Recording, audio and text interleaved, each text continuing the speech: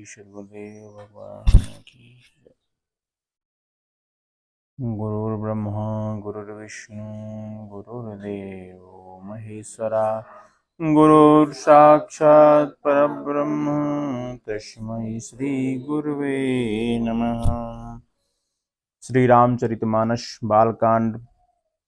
पिछला प्रसंग था जड़ चेतन गुण दोषमय विश्व कीन करतार संत हंस गुण गहई पै पर हरिवार विचार। संसार कैसे बना हुआ है? अच्छाई और बुराई, जड़ और चेतन से, है ना। लेकिन जो अच्छे लोग होते हैं, हंस होते हैं, अच्छे विवेकी होते हैं, वो सही चीजों को ले लेते हैं और बुराई को छोड़ देते हैं। तो अस विवेक जब देहि विधाता, ऐसा विवेक जब हमारे अंदर कैसे आएगा? ऐसा विवेक आएगा हमारे अंदर सत्संग से। कैसे? सत्संगति, सत्संग से जो है हमारे अंदर ऐसा विवेक आता है। सत्संग की महिमा बहुत ही ज्यादा होती है। फिर आगे ग्रह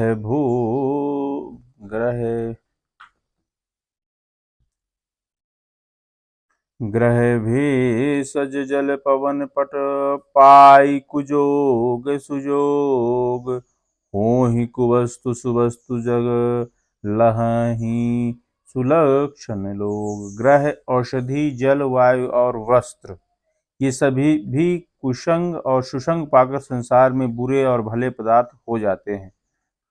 चतुर एवं विचारशील पुरुष ही इस बात को जान पाते हैं। तो 5 चीजें, ग्रह, औषधि, जल, वायु और वस्त्र, ये भी जो है अच्छे लोगों को पाकर के अच्छे माने जाते हैं।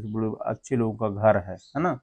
तो घर की भी वैल्यू अच्छे से बन जाती है कि ये अच्छे लोगों का है कि बुरे लोगों का रहते हैं। औषधि कैसी है ना। औषधि अच्छी है कि बुरी है, कैसा लाभ दे रही है ना।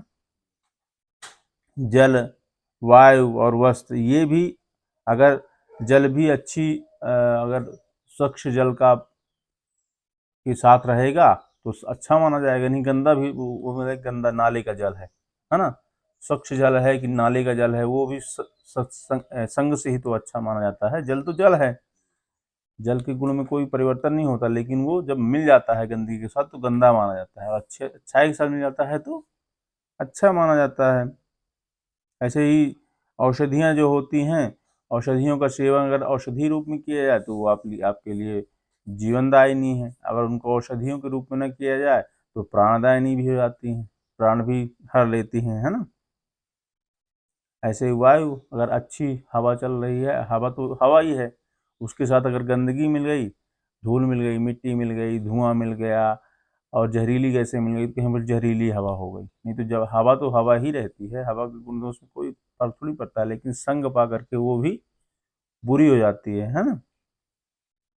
ऐसे वस्त्र भी होते हैं, अच्छे लोगों के शरीर में रहेंगे तो बड़े अच्छा, बहुत अच्छा, बहुत बढ़िया। अगर बुरे बुरे लोगों के धारण करेंगे, बोले अरे वो तो बहुत गंदे वस्त्र धारण किया है, लगता है वस्त्र तो वस्त्र ही है ना।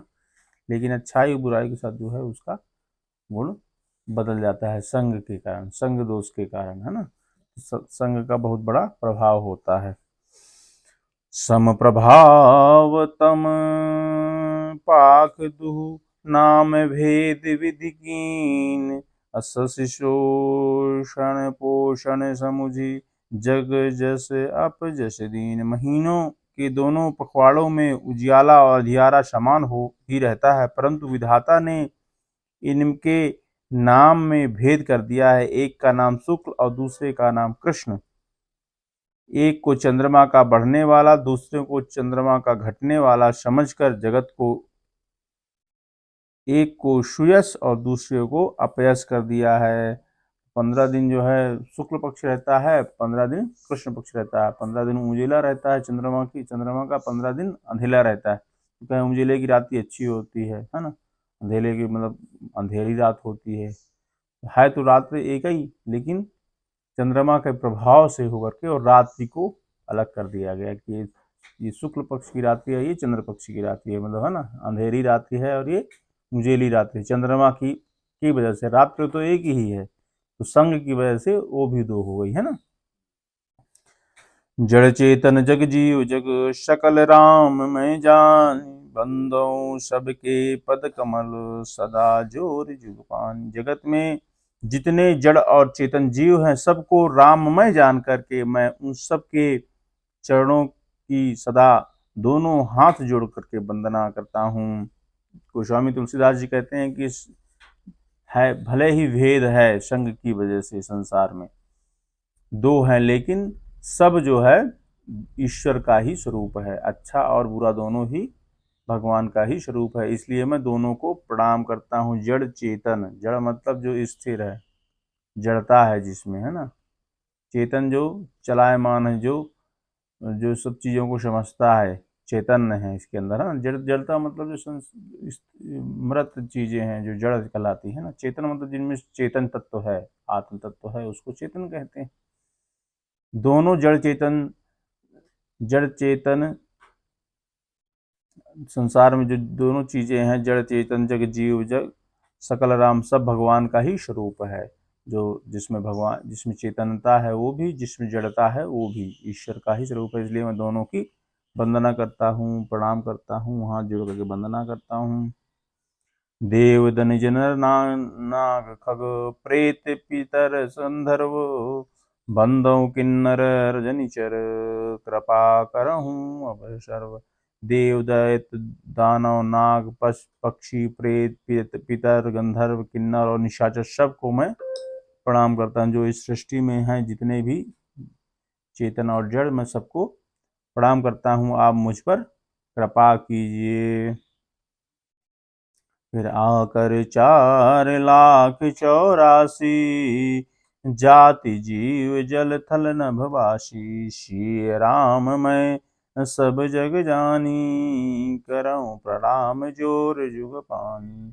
जानी कृपा कर किंकर मोहू सब मिली करहूं छाड़ी छल छोहू। निज बुद्धि बल भरोस मोहि नाही ताते विनय करऊं सब पाही।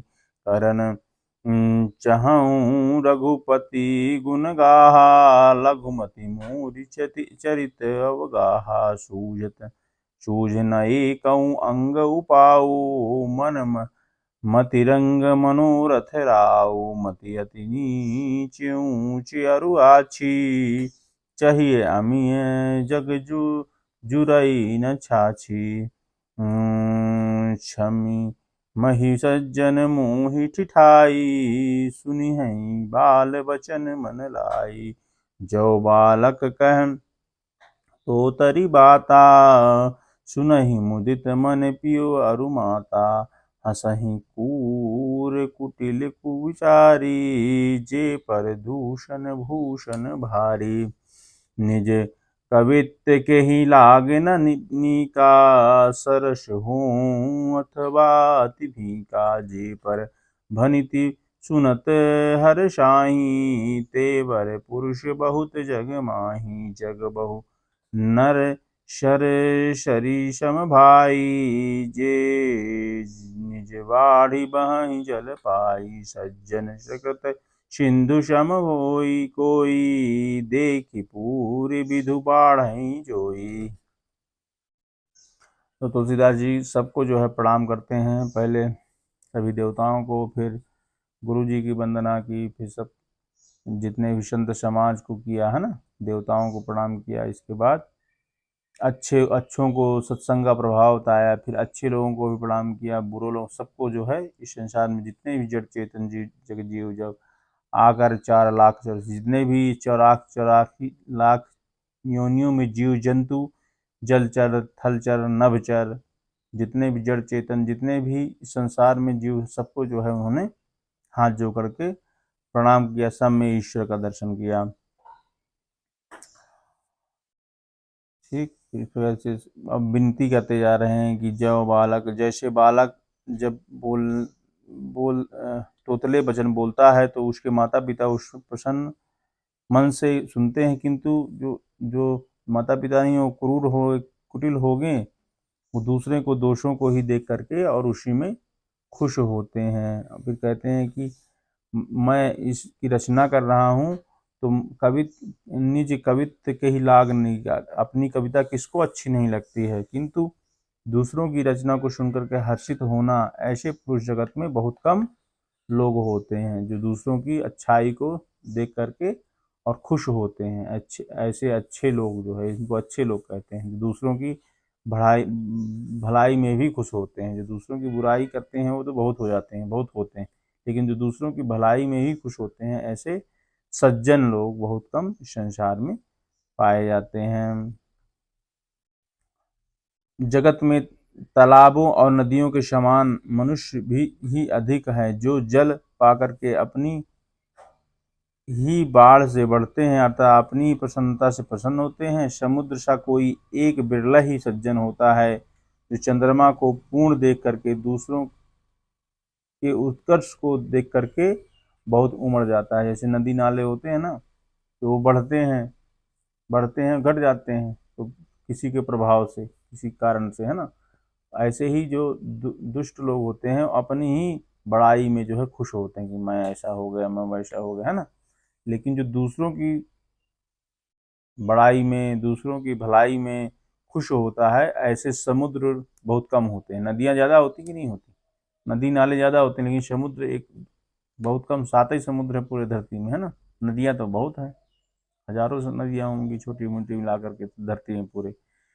तो कहते हैं कि समुद्र जो है दूसरे, जब चंद्रमा पूर्ण होता है तब उसमें ज्वार भाटा से जो है जल का स्तर बढ़ता घटता है ना, चंद्रमा के प्रभाव से।